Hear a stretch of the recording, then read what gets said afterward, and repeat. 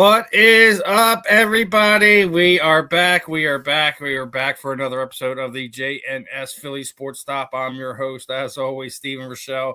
To the right of me is, as what he likes to say, the man, the myth, the legend, Mr. Justin Fioillio. Justin, how we feeling today, brother? What's going on, Steve? How much snow did you get down by you? Dude, I went out 3 times. I went out when it started yesterday. I gave it a few hours to kind of accumulate a few inches. Then I blew that out. Then gave it 4 or 5 more hours. It was I think it was almost 1 o'clock in the morning. I went out, knocked out some of my neighbor because she'd said something to my brother, hey, I'll throw Steve a few dollars if he takes care of it. I'm like, it's Jordan ones. We got it. Don't worry about it. Yeah. Then I got up at 10. I got out there at 10:30 and then hit the last little bit of it. And it was just from what it looked like, I mean, it was definitely hip high in my area. So, I mean, I know in other parts, I know somewhere in Bucks County, they got up to 20 inches and whatnot. So it was a decent storm. Yeah. Legend has it you heard LaShawn McCoy and Saquon Barkley doing spin moves and jukes out in the snow, running rampant through the streets of Philadelphia. I heard. Just kidding.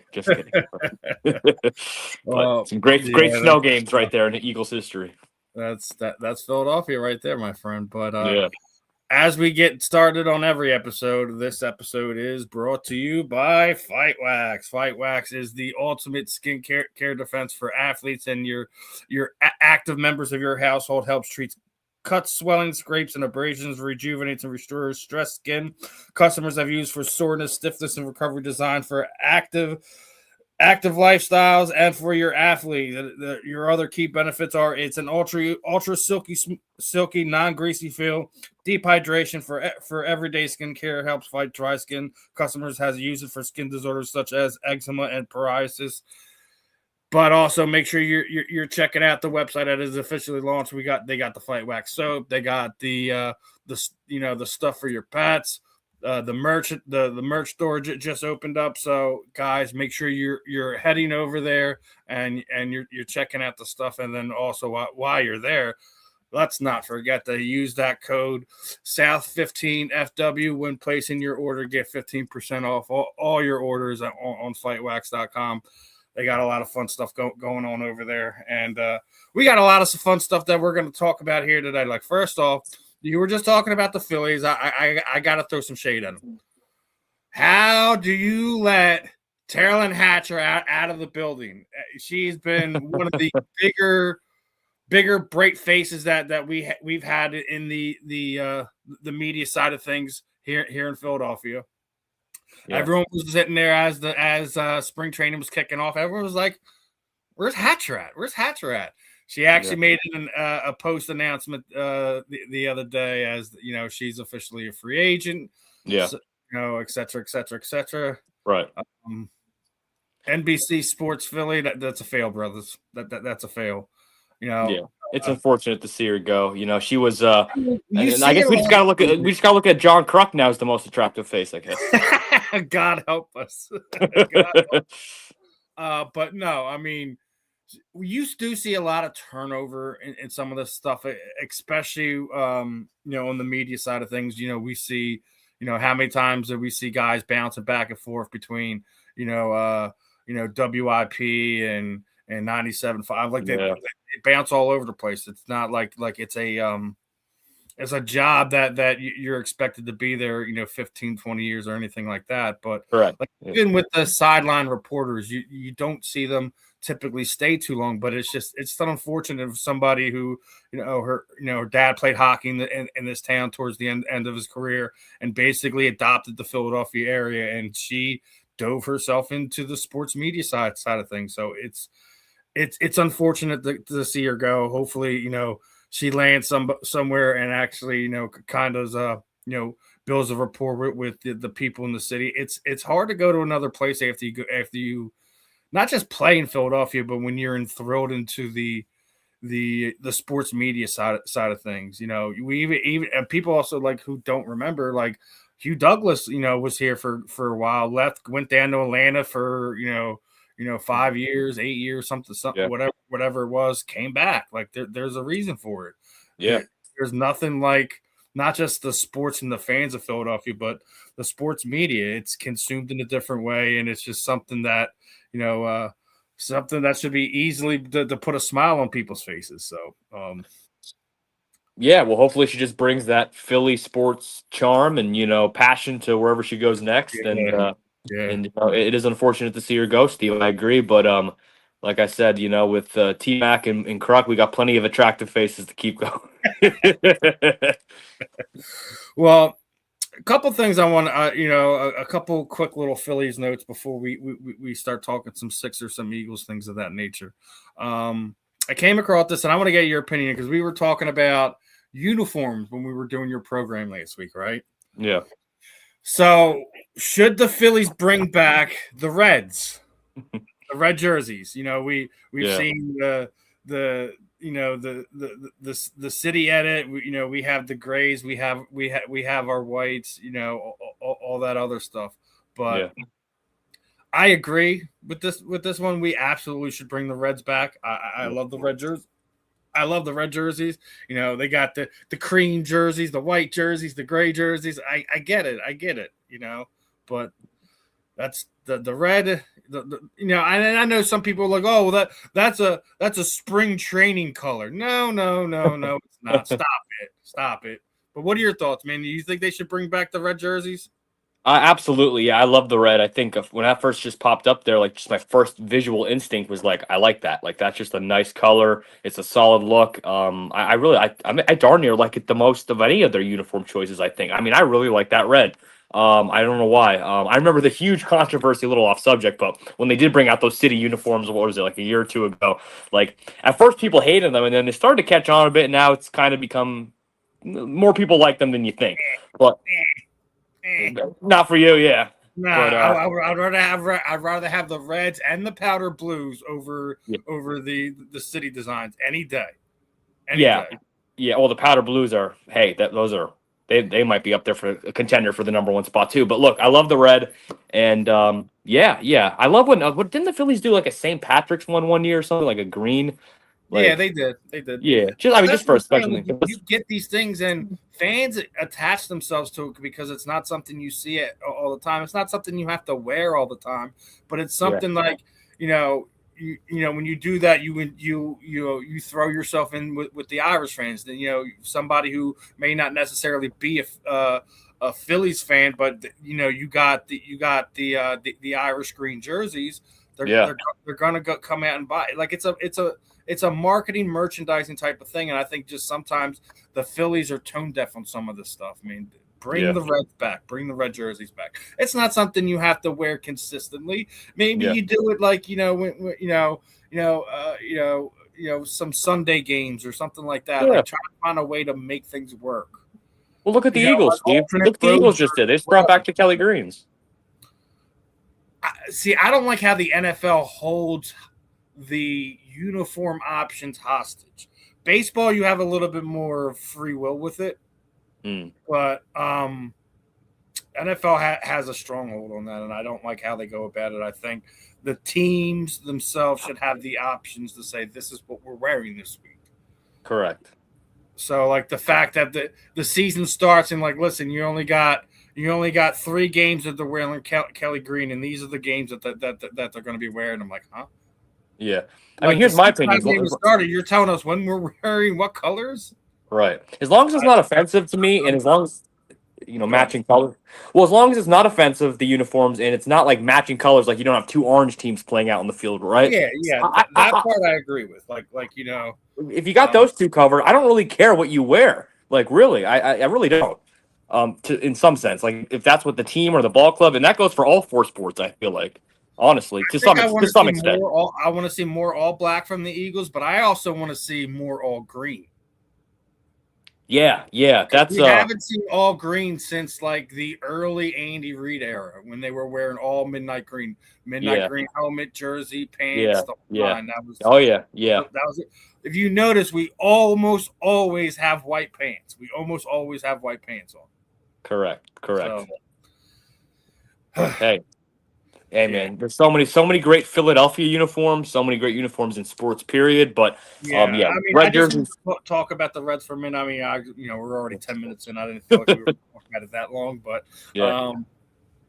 one of the things that we always see at the beginning of every baseball season is these silly lists come out, right? Oh, right, and then we basically seen Johan Duran was basically not happy with MLB Network dropping their top 10 relievers list.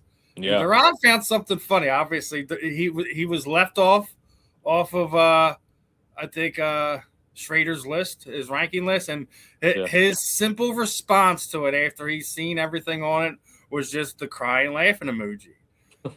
And last season, Duran posted a 2.6 ERA with 36 saves in 2025, plus a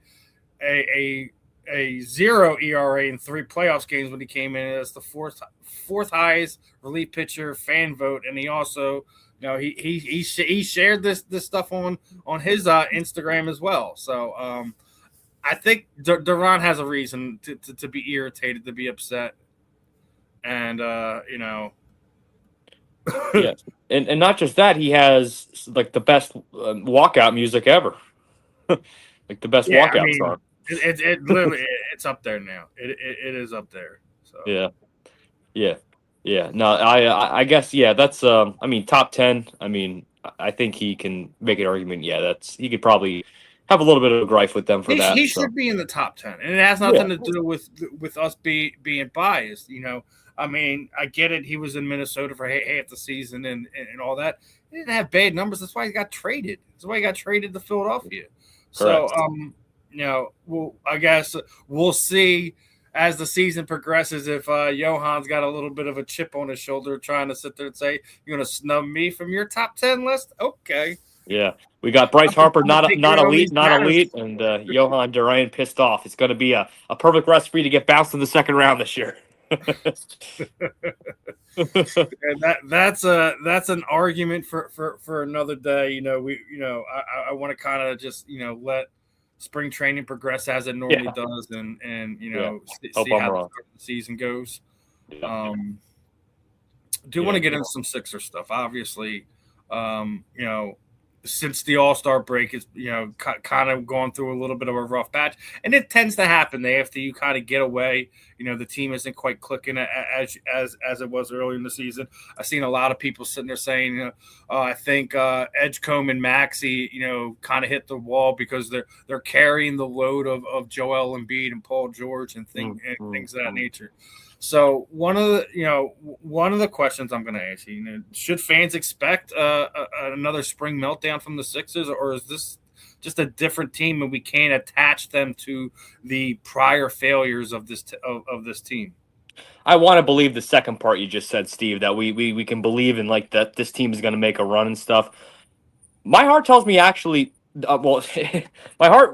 my brain tells me that they're going to actually make a run. My brain really tells me because the East is so kind of like not that powerful, like not as deep as the West, right? Like if they can just, like come on, like the Knicks and like the Celtics, like to some, I mean we have. I think the only real team that I worry about is the Pacers. Okay. I think everyone underestimates the Cleveland Cavaliers. I really do. Yeah. Sure, they're all really good teams. The Knicks are still, drinking that tea from last season. Yeah, and I think Boston is they're waiting for Tatum to get back, and it's like they're missing their Superman for some reason. Yeah, I think those are kind of the team. But I agree. I think the East is very winnable with what you already have in front of you. So yeah, you should expect some type of run, whether it be an Eastern Conference appearance, an Eastern Conference victory, however you have it. But if you're going to say like this is what is most likely going to happen, right? What is it? Do they lose in the first round? Do they miss the playoffs again? Do the Sixers win 50-plus games? Do they reach an NBA final? What do you think is the most realistic thing out of those four things that I mentioned to happen? Well, the most realistic would be I don't think it's an option there. Would be if they get bounced in the second round. I think no, it was only first round. It was okay. Then I won't go with that because this team is too talented. first round exit, and 50+ wins were the 4 options. How many wins are they at right now? I didn't look prior to okay. coming on. I'm going to be really honest about that. But it's also because I don't like. It's not like I'm not invested because obviously we both are. We've both been in the games this season. We're always invested with basketball. But it's like, I guess maybe it's the Negadelphian in us. We're waiting for the shoe to drop, so to speak. Yeah, right. It's kind of similar with the Phillies. I feel similar things, because of recent history with each team. But I tell you what, I'm going to go with your little chart you just put up there. I'm going to go with they reached the NBA Finals because what we just talked about, the East is so weak that like this is their year. If they're all healthy, knock on wood, if they're all healthy in the playoffs, like this is it. Here's the thing. All right, we just thoroughly thumped a Minnesota Timberwolves team that was in the Western Conference Finals last year, right? Correct. And we also did that without a Joel Embiid, correct? Okay.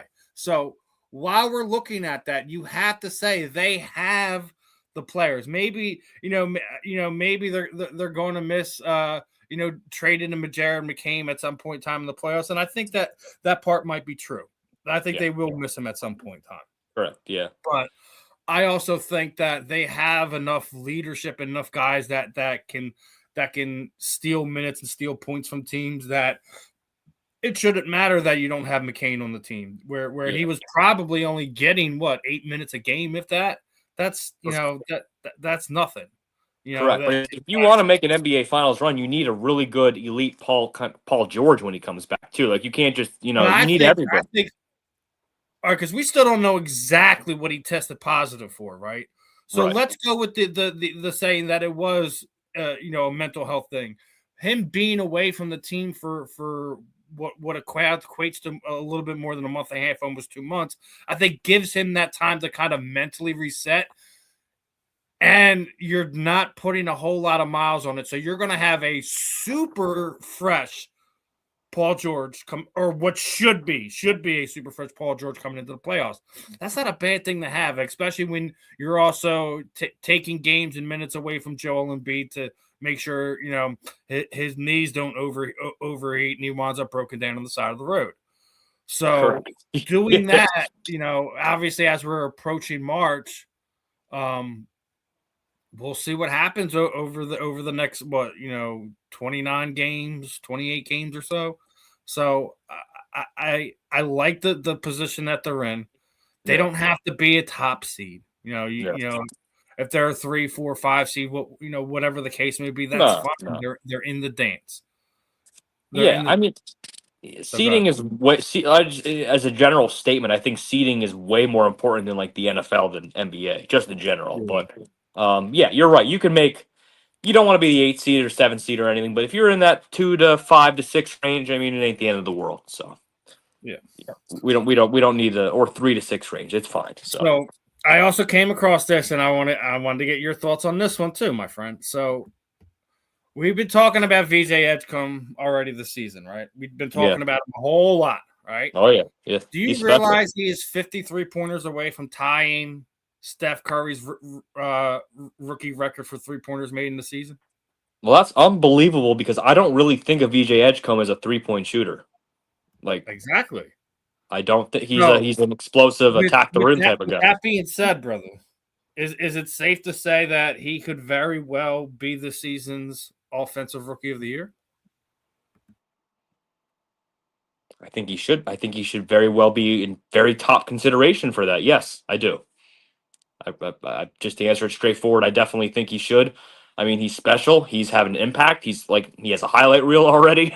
I went to the one game against the Pacers. I posted it to my page. Y'all should check it out. He did a dunk that was literally dunk contest worthy. Like he was posterized this guy. I mean, guy's special, man. And I think he should be in consideration. The only question is I'd have to see who are the other guys, because if you say another name that's a rookie for offensive, then I go, oh wow, well he's having a monster year. Then I have to be fair. But if a name doesn't stand out to me, then I mean, how can you not consider VJ for offensive rookie of the year?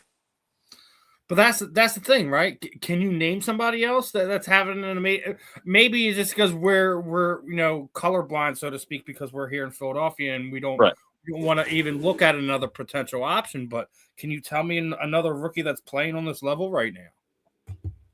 Well, that's why I was. If a viewer wants to write one, or if you can think of one, I mean, I can't really think of one off the top. There's a lot of second year guys that are going off this year, but they're not rookies. So it's like, Yeah. I don't. I guess I can't really think of one, unless someone brings me some stats, goes a little scientific on me. I think VJ Edgecombe, no bias, honestly, would be my pick for offensive rookie of the year right now. We would have to go and look and see what that kid Flag is doing down there. Oh down shit! in Yeah. Dallas, right? Oh crap! Yeah, I said Flag. I said Flag. Yeah. I know. He might.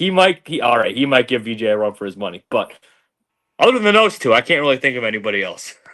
Yeah, there's no one that kind of rolls off the tongue that's kind of making the impact. Obviously, we talked about it. The rookies All-Star game. He's one of 3 former Sixers now that has won the MVP of that game. Andre Iguodala, Allen Iverson, and VJ Edgecombe all has won the MVP in that NBA All-Star Futures game or whatever you want to call that. He's won the MVP in it, and he's one of 3 Sixers to do it. So I think he's on the trajectory. Winning that trophy kind of puts him, I think, a little bit above anyone else that might have something to say. If he gets them in the playoffs and at least helps them to an Eastern Conference final berth, regardless if they win it or not, I think it almost guarantees him the Rookie of the Year award. But, we're from Philadelphia. We shouldn't expect anything. I mean, hell, we thought Quinyon Mitchell was a dead lock for it a few years ago, and it just didn't happen that way. And I just think it's just because he didn't have the interceptions. He just didn't have them. So, and then he got two in the one game this year. Remember? Yeah. He exploded. He's like, damn it. He's like, damn, I'm gonna get one of these days. And he's like, you know what? I'm gonna get 2 just to make up for it.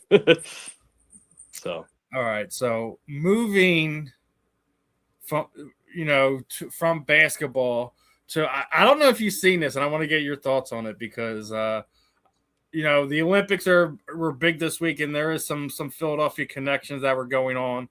I don't know if people have really seen this, but our good old friend Mr. Jason Kelsey decided to do some work with the bobsled team and take identity. Kind of gave his thoughts on it, like, if you wonder what it feels like to be in a bobsled, these are my internal thoughts going down the track.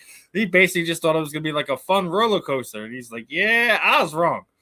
It started out quiet and smooth, and it continued to kind of pick up speed. The intensity got higher and higher.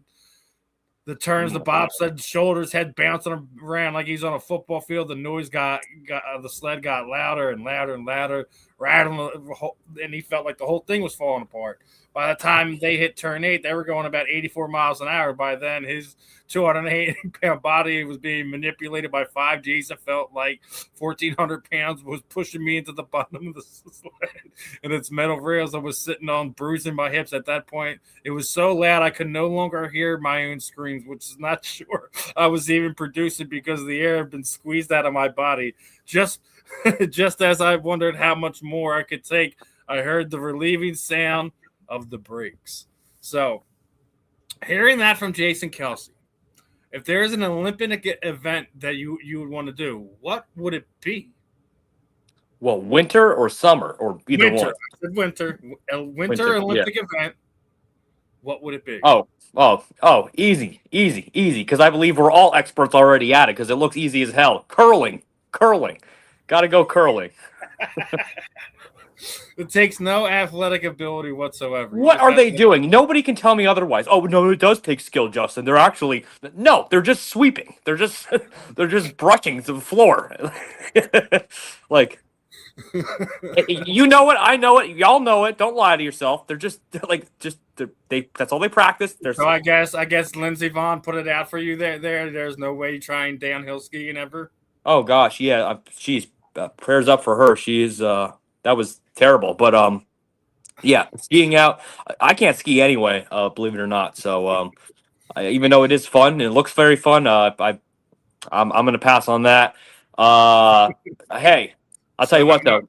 No snowboarding, nothing. You're not gonna do anything with the snow.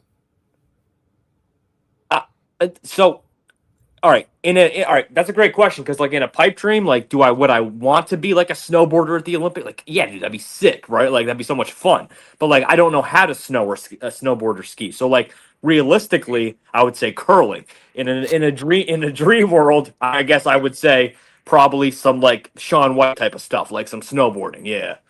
So, All right, all right. but Now hey, we shout out to got USA Hockey. Shout out USA Hockey. yeah. Shout out USA Hockey. It is only the third time we won a gold medal, right? Yeah. And I don't know if you've seen this. Hold on, I forgot to load it into the back end, but I think I have it in my phone anyways, right? That's not the one. There's a guy that's on the team, and he is now one of no, yeah, there it is. Brock Nelson. His grandfather won gold in '60. His uncle won gold in '80, and he won, and now he's won gold in 2028. There's family legacy right there, right? Wow. Brock Nelson, and he was one of the hockey players that brought his son onto the ice. So the one that I pulled up, the guy was like, does Brock Nelson's son know that he now has to win Olympic gold in 2046? Yeah, that's a lot of pressure for that little baby. Listen, at that point would be your great grandpa, your uncle, and your dad all won Olympic gold medals. It's all I gotta say, it's in the genes at least. So even if he doesn't be a hockey player, at least the athletic gene is in your bloodline. So yeah, they just come out the womb and you put a little medal around their neck. So let's get into some of the football stuff. But I want to get into a couple little fun things. Did you see the Jalen Hurts shoe dropped? The Jalen Hurts shoe? No. Hurts. Yeah. Okay. Not bad, I guess. Not bad. I mean, obviously, like, listen, we're always going to compare everything to the Jordans, right? That's what our generation is going to do.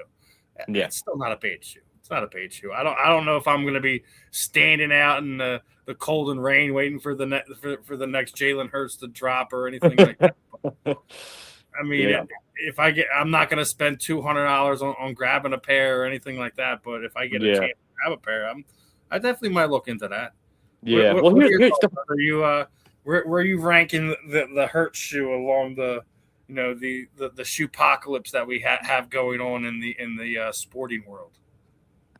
I mean, it's not well in general. Let me start with this, Steve. I feel like shoes are always for like NBA. Like if you go get player shoes, it's like I got the new Kobe 11s or like the Jordan 5. You know what I mean? Like or like the LeBron 12. Like those are when you actually hear the names with the shoe, right? But like in NFL terms, like you don't. I mean, maybe I'm wrong. But like I don't really see a lot of people going out and getting like the Mahomes 7s and the Jalen Hurts 6. Still the retro. Michael Vick was probably the only one that you really heard those conversations with. But like I agree with the football players because it's different. It's different, right? It is. So, it's just way different. It's more emphasis visually. But I don't think it should be that way. I really don't.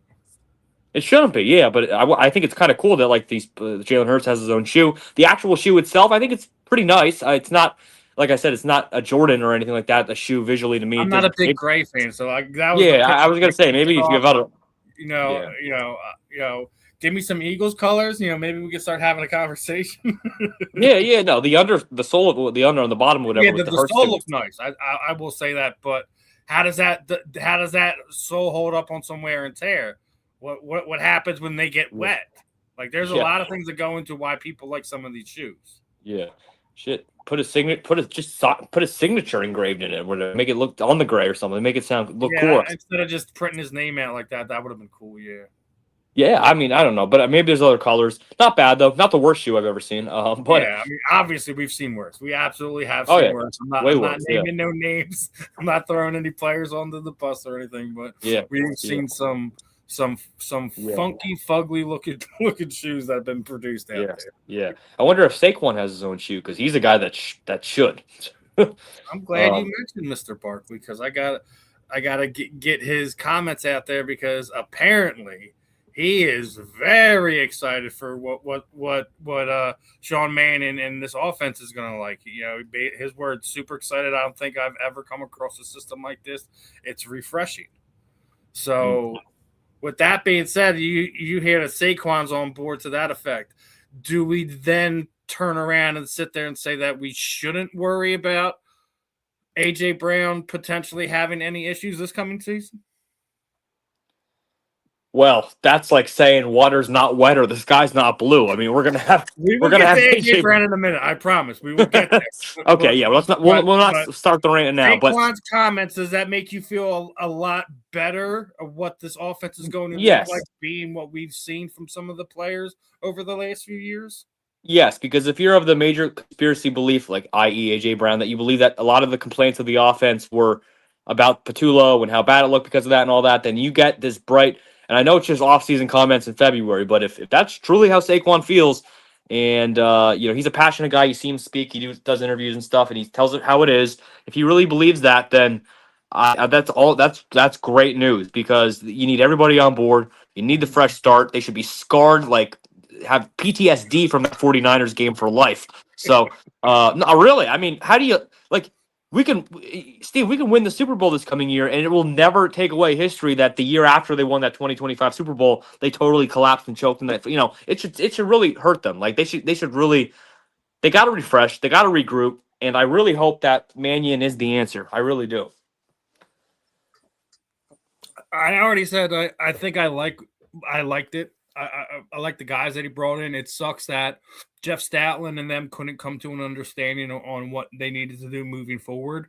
So, the fact that it has officially been announced that both Landon Dickerson and Lane Johnson will return next season, I don't think we should worry in the first two rounds about having a high draft pick for our offensive line. I don't think we should ignore if some type of talent falls to us. I don't think we should ignore it, but I don't think it should be the top priority now. We know that they'll be back for next season, regardless on what capacity that is.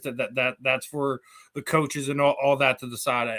As a fan, as a content creator, and things of that nature, I don't think I put it at the top of the list. I mean, it definitely should be someone you're looking at. Maybe in that second round, maybe in that third round, the guy that you've had your eye on, something like that. Mm-hmm. Like I said, they got 4 in the first top 100 picks. They can those guys have to make a difference on this team this season. Not a project guy or anything like that this season. Yes. So let me ask you a question. Not even including Max Crosby, but obviously he could be there. Anybody? Do you think Howie's going to use any of those picks in the first 100 that you just mentioned? Trade straight up for a player. I always think that a trade is always on the board for Howie Roseman, just because that's how he does it. I still think it's still not out of the question that he moves up to go get a guy, because you have that, and then you also have the comp picks and everything like that. So you have multiple picks in those mid rounds that you could use an additional third, and your first to kind of move up. Instead of drafting at 23, they can wind up being drafting at 12. Mm-hmm. You know what I mean? Yeah. So it's one of those things that you can't put anything out of the question of being able to happen. We already know from last year they were trying to move up to draft Jihad Campbell. So we already know that and just got lucky that he just continued to fall right into our lap. So it's going to be interesting. To see what happens this offseason. And as we're talking about that, I don't know if you've seen some of the nonsense that was going around, but people are already talking about it, right? Is that, somebody had asked C.J. Gardner-Johnson about returning to Philadelphia, and his simple response was, hell yeah. Asked if he would come back to Philadelphia, just tell them boys to get back with me, right? Get back. So, I mean, I don't know if a third trip to Philadelphia is in the books. I don't think it's something that the Eagles would look to. If it does happen, I don't think it would happen until after the draft. Maybe somebody they were looking to get they couldn't get, and do something like bring him back on a 1-year deal or whatever it is. But I don't know if they're going to sign him to a multi-year contract, which I believe he's going to be looking for. And the fact that the Bears don't bring him back with the, I think some of the positive things that he brought to that defense should be another thing that, fans open their ears up and like, hey, he helped get them guys into a deep playoff run, and it still wasn't enough for them to retain him and bring him back. So. Well, hey, Steve, the Bears aren't even bringing their own city back. They're moving to freaking Gary, Indiana. They're not the only one. You got to remember, the Kansas City Chiefs are moving to Kansas. Well, that makes me think of a question, Steve. What if the Eagles ever moved across the bridge to like Camden, New Jersey or something? I would never go to a game. Wow. I already call the New York teams the New Jersey teams because they play New Jersey. Right. It's the New Jersey Jets. It's the New Jersey Giants. Play in the city of New York. There's only one team that plays in the state of New York, and that is Buffalo. So, yes, I would not go to a game because it would no longer be the Philadelphia Eagles. It would be the New Jersey Eagles. I have no interest in going over yet another bridge to go watch the Eagles play football. Yeah, no.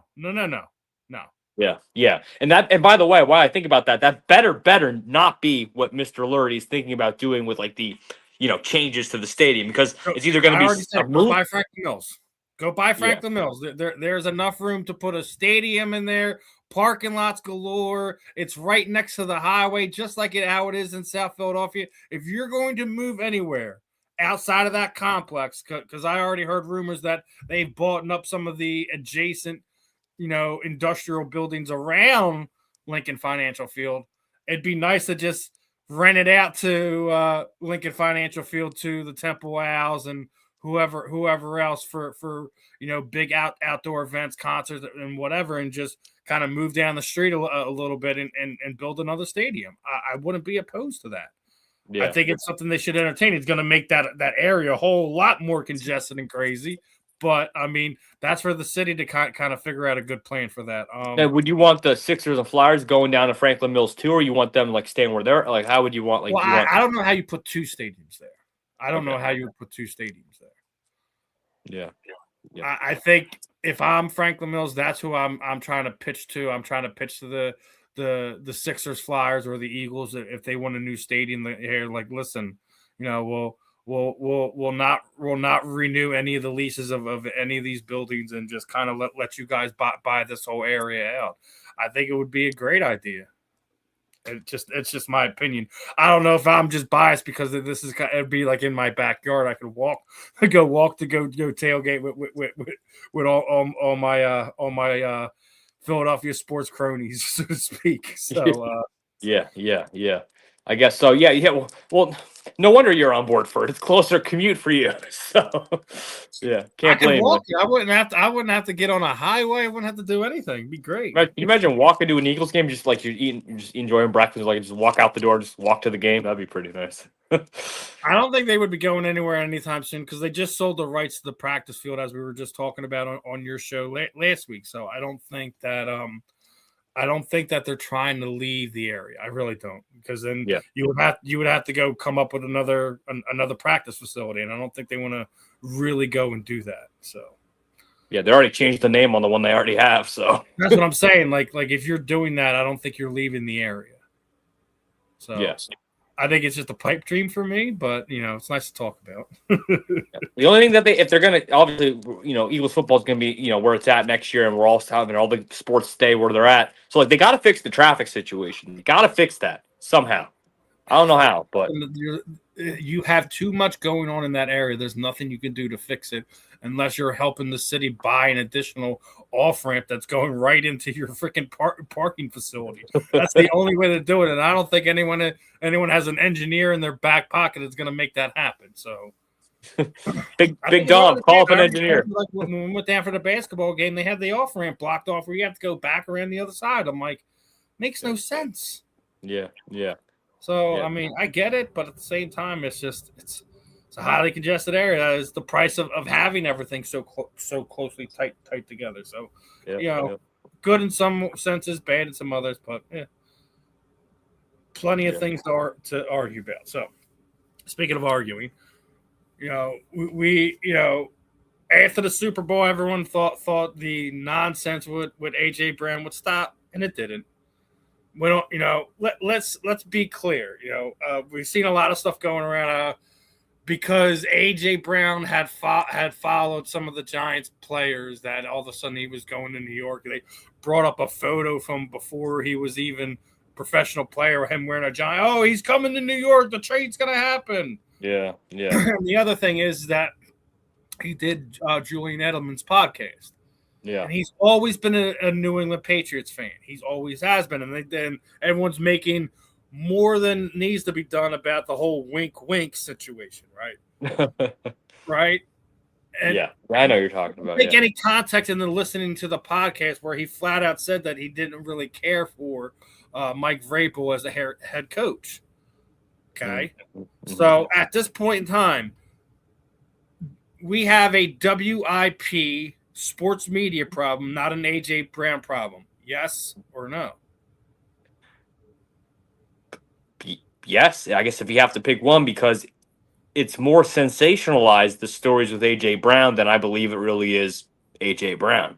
So I think, yes, if you're going to make me pick one or the two, it's more so because, look, Kevin Patullo gets his house egged because this is Philadelphia. This is a strong media market, okay? This is the pressure of playing in Philadelphia. You know what I mean, man? It's like this is Negadelphia, like we mentioned earlier in the show. So Negadelphians. yeah. So when you think of it like that, I mean, I really think we have an AJ Brown problem too. But I think if you really have to pick, I think it's a WIP problem, because is it an AJ Brown problem, or is it just like he does stuff that's obviously not, a little foolish, but like we blow it way out of proportion with the media? Like he says a tweet and then we have to talk a day and a half on the afternoon show about it or something. Day and a half? You're taking it light, man. We're talking about this stuff for damn near 6 months now.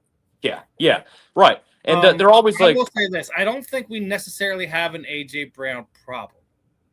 I think as still being a young man, he has a harder way of kind of conveying some of the stuff he wants to. So he goes about it some of these ways that may not be the greatest look at times, but it doesn't necessarily mean it's coming from a negative place either. So, and we also have to talk about, he's had trust issues in his past, though. He has a hard time trusting this person or trusting that, or just trusting the process of how things are supposed to go.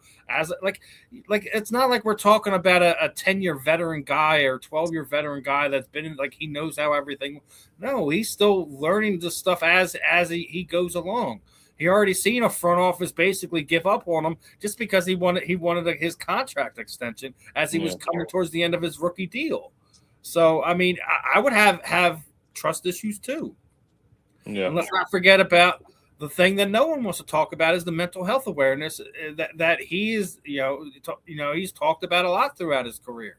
So, I think I wouldn't specifically say WIP because I don't think that's fair to some of the guys that are there that are pro AJ Brown. I say there is a sports media problem when it comes to covering AJ Brown. Yeah. Oh yeah. So, and I guess I wish that would be the better word to use. Because let's be fair. It's not fair to the guys that are on air and that are clearly said, I've been in this guy's corner since Jump Street. It's not fair to them. Yeah. Well, I say there's a lot more BS headlines that coming out of it because of some of their on-air talent. Yes, I do agree with that part of it, but they're not the only ones.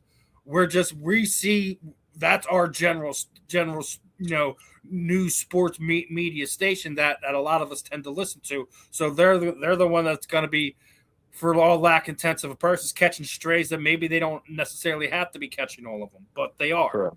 So. Yeah.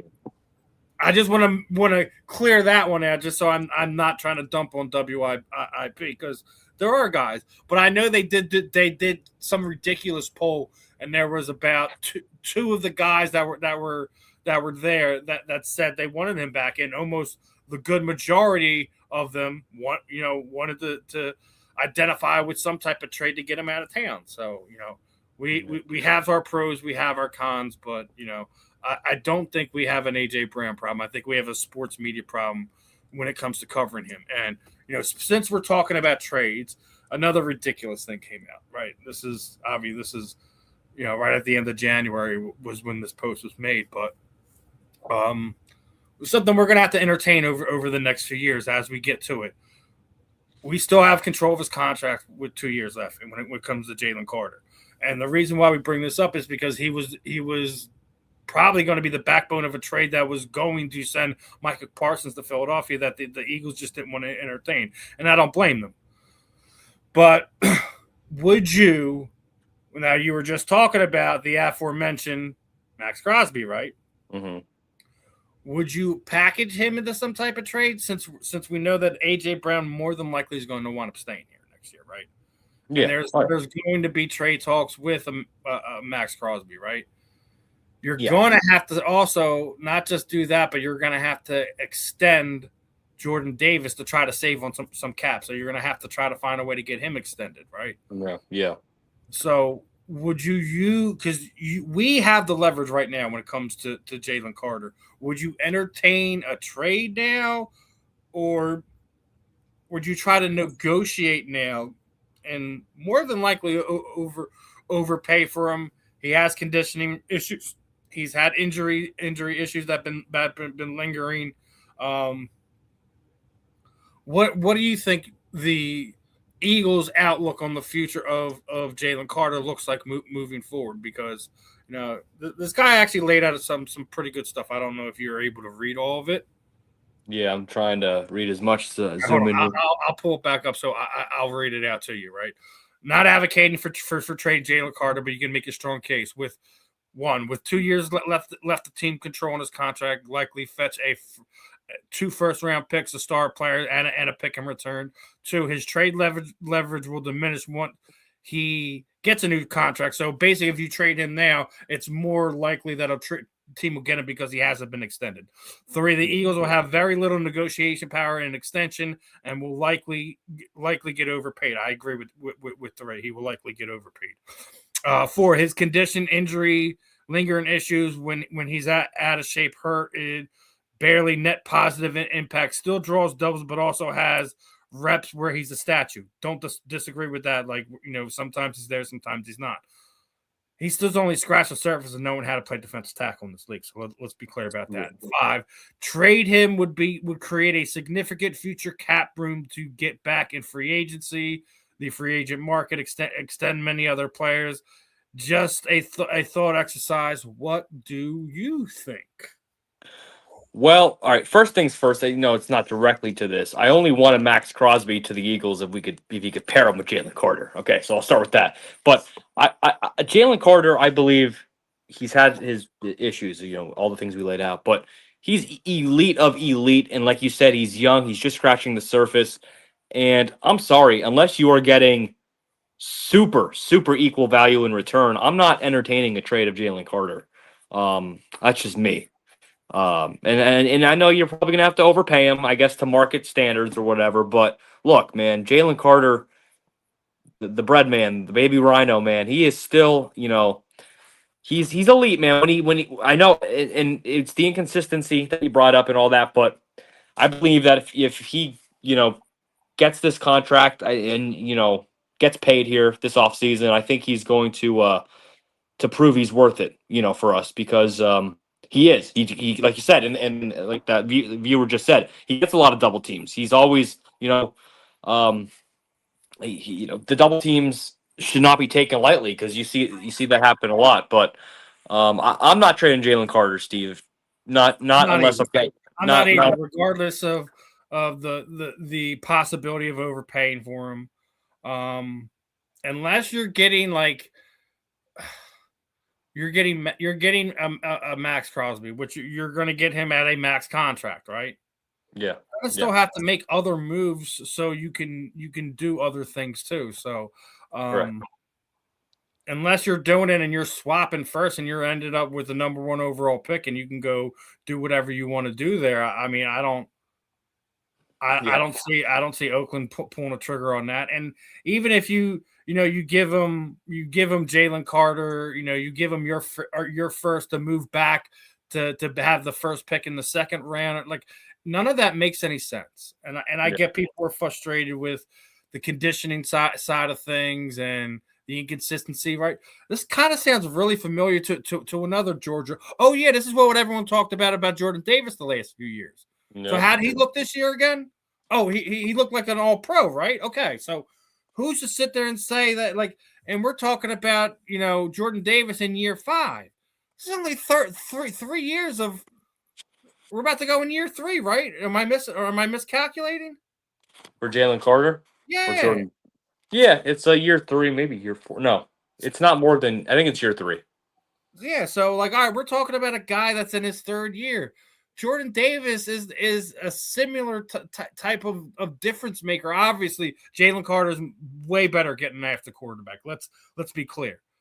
But I don't think they're so far apart that, you can't sit there and look at a guy after 3 years and basically just give up on him to potentially bring in a guy that's going to be getting paid double what you're going to pay him. Yeah. Or what you could potentially pay him in the next few years. I don't think you should even consider an extension right now, considering that you're so tight against the cap for other reasons. Yeah. You have to wait for at least another year before AJ Brown's number goes from the 40-some millions to down into the teens, where it's a normal level and you can put money into other places. Yeah. I would if I would have to say if anyone would be trade bait, it'd be someone on the offensive line. It'd be someone like a Landon Dickerson, like a Cam Jurgens, something to that effect. I don't think it would be a Jalen Carter. Just my honest opinion. If we're talking potential trades of guys that are currently on the team, I would have to say watch out for Zach Bond though, because you signed him to a big contract. Kind of was, obviously he, was getting picks, was getting at the ball, but he wasn't making those difference-making plays that he made in 2024. And you have a situation where you have a Jahad Campbell. You can bring back into Kobe Dean at a team-friendly deal because he's been injured multiple times over the last few years. Obviously, the availability thing is definitely an issue, but you could free up money other ways to kind of make moves. And I would have to say, like, someone on the offensive line, Zach Bond, they would probably be the targets to kind of free up extra cap space.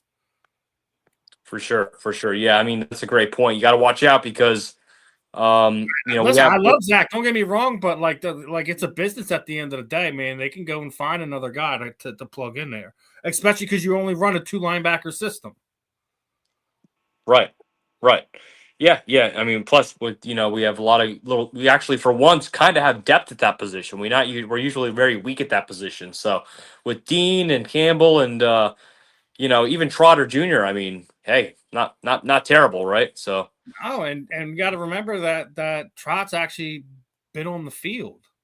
He obviously hasn't had a large amount of snaps or anything like that, but he's been on the field. So don't count Trot out to potentially slide into that role. And if not release, go and trade somebody like a Zach Bond to somewhere else to kind of bring other talent in there. Yeah. So yeah. Well, then, geez, the more I actually just think about it in my own head, you almost could get rid of Bond with probably minimal headache to some extent. No, I hate to say it like that. I love Zach Bond. He's an elite player. I do. And I think he's an absolute leader on this team and is a guy that everyone loves in that locker room. And it kills me to even mention it, but like that frees up almost $10 million in cap space. Yeah, and it is, folks, a business at the end of the day. Again, exactly. We're in business season right now. We're not in loyalty season. Loyalty season is during the season when guys get extensions and things of that nature. So we'll see what happens, man. But it would hurt losing Zach because he's an integral part of that defense. If you really ask me. Yeah. So yeah. And getting into our next one, or technically would be our last one before we get ready to close this out, since we're already almost an hour went by. Look at that.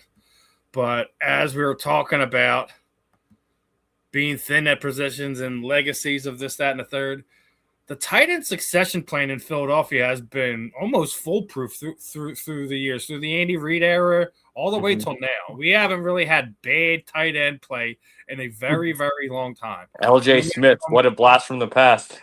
We went from Chad Lewis, and remember he had that Liz Frank injury after the 2004 reception in the back of the end zone, right? And moved right in seamlessly to L.J. Smith. L.J. Smith played for a few more years, I think, until 2007. And then Brent Selleck came in. Brent Selleck basically ruled the tight end position with an iron fist for the better part of 10 years. Then you had a period of time where we had Selleck and Ertz at the tight end position, and it was a really great combination. We had a few years overlap with Ertz and Goddard as Goddard was learning the position, but had a very good year last year, obviously, and being the fact that he is one of these positions that could potentially be a cap casualty. Does the Dallas Goedert project continue on this year? Being the fact you just heard that Atlanta's going to franchise tag Kyle Pitts. Kyle Pitts is not coming to Philadelphia. That's not going to be an option. Yeah, right? I was going to say, yeah. Not a free agent plan. Would you draft the guy and potentially try to keep Dallas there under a 1 or 2 year deal? Like, if you're Howie Roseman right now, how do you go about getting more production and better play out of your tight end position right now? Does Dallas got it included in those plans? Maybe I'm a little biased because I like Dallas Goedert. I had a chance to meet him a couple times and stuff. So I really do want to keep Dallas Goedert. And look, he's had like a career year this past year, did he not? Like, yeah. So okay. So I mean, at Eagles tight end record for most touchdown receptions in the season. We talked about it right here on this program, brother. Yes. Yeah. Well, exactly. I remember that. And so yeah, I mean, Howie, can you come up with a 1 year deal for Goddard or 2 year deal or something, and then draft the tight end maybe 4th round, 3rd round, 5th round? I don't know. Something like that. I'm okay with that. I know you're a little woozy on Grant Calcaterra, but he has his moments. I think he's all right. A little. Yeah. He can't block. Well, yeah, you can't. Yeah, you. And Dallas isn't the greatest blocker either. So you have 2 tight ends who can't block. Well, this is maybe that drafting of the tight end isn't really the 5th round or 4th round. It's more the 2nd or the 3rd, or because I think it should.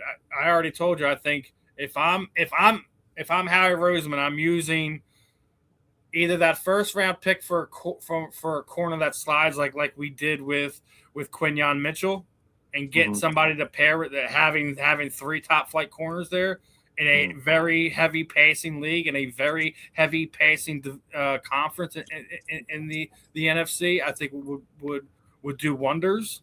Yeah, and I think with your 2nd round pick, you find yourself another tight end. Yeah, it's another way where you don't overspend on tight end and maybe find somebody in free agency that is coming up. The kid from Baltimore, likely he's going to be a free agent. I think that would be a great fit if he does hit the free agent market and Baltimore doesn't retain him. Yes. I think that would be a great option too. And don't have enough knowledge of his pass blocking, but he can definitely catch the ball and make a difference in the red zone. Yeah. And I think it would be an upgrade over Grant. Well, look, tight end will be addressed some way or another because we're going to have to figure out what we're doing with Goddard, whether we draft one, what we're doing with. I mean, it's going to be addressed here shortly. So, I love that idea of a cornerback and then tight end. If that, especially because Lane Johnson and Landon Dickerson came back, because they came back, I think if you go cornerback, tight end, that's a beautiful draft in my opinion. But we'll see.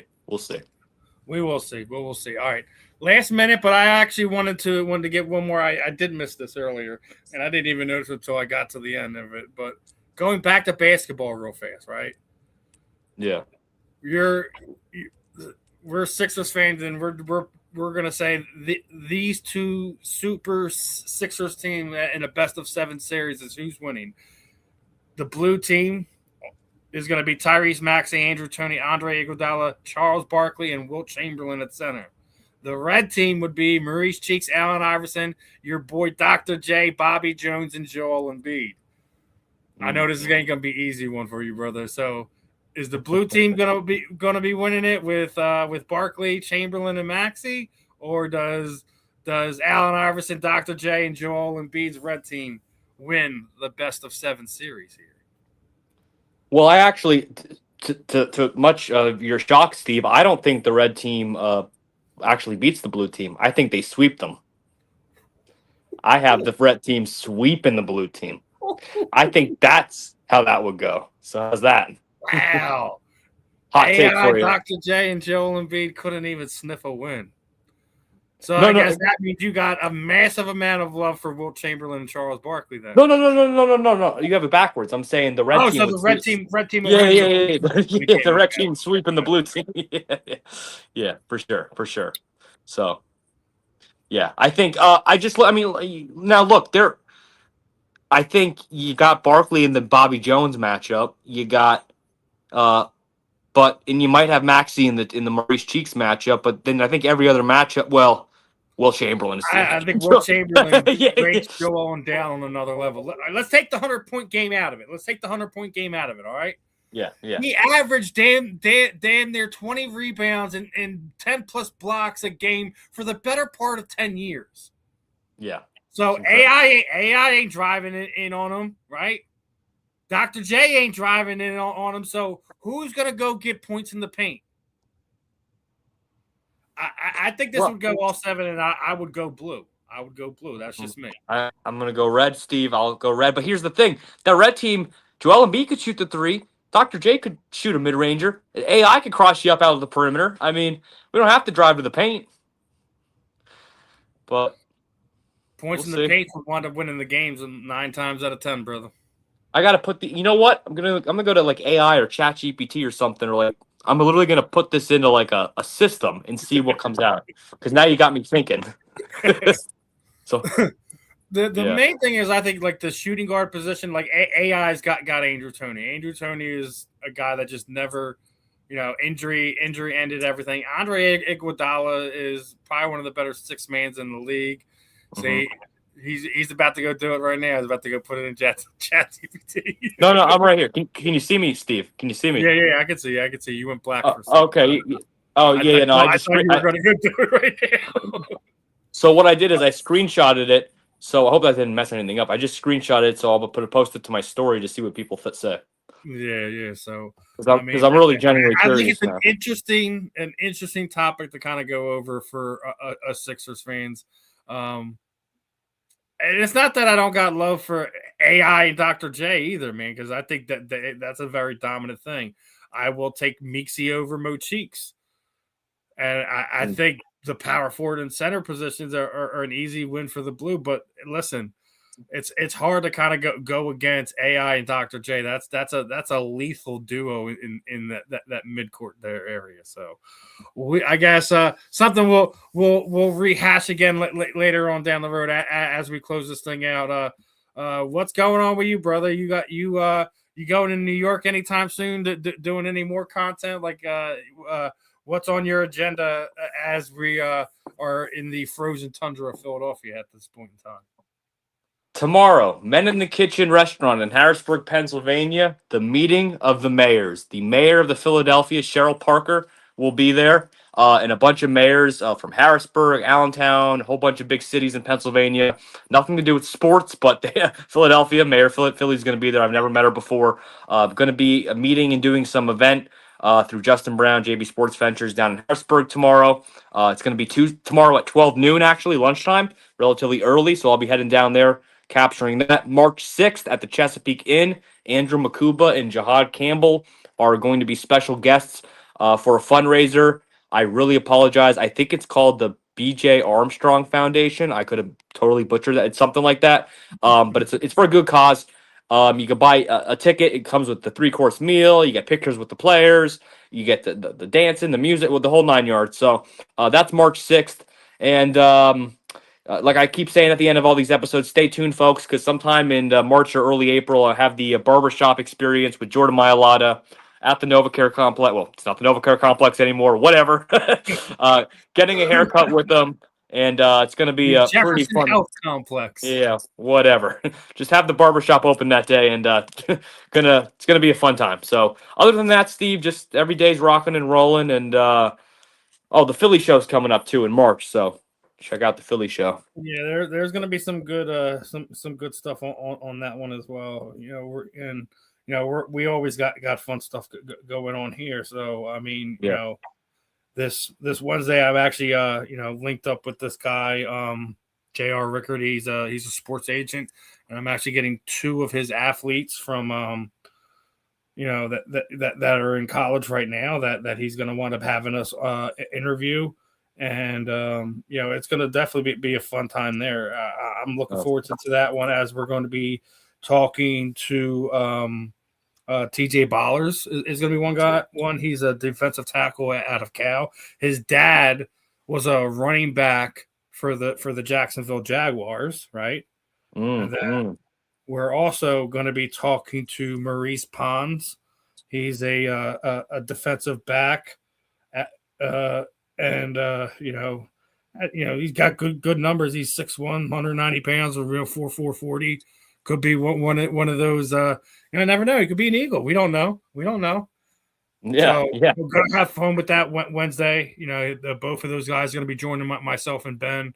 Big shout out to JR for trusting us with some of his clients. He actually has a couple Phillies under his wing too. So you never know. We might get some more of these guys on here as we move forward. But I really appreciate JR for giving us some time with his athlete. So guys, make sure you're tuning in. 108 Stitches Baseball Talk should be on tonight. Always got a lot of fun stuff going on here in the South Florida Tribune. Might not see me as much, but I'm always going to be continually, doing the interviews, doing the content that we're always doing. But as for today, another episode in the books.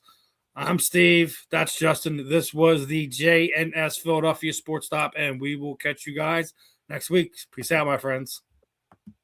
Peace out, guys.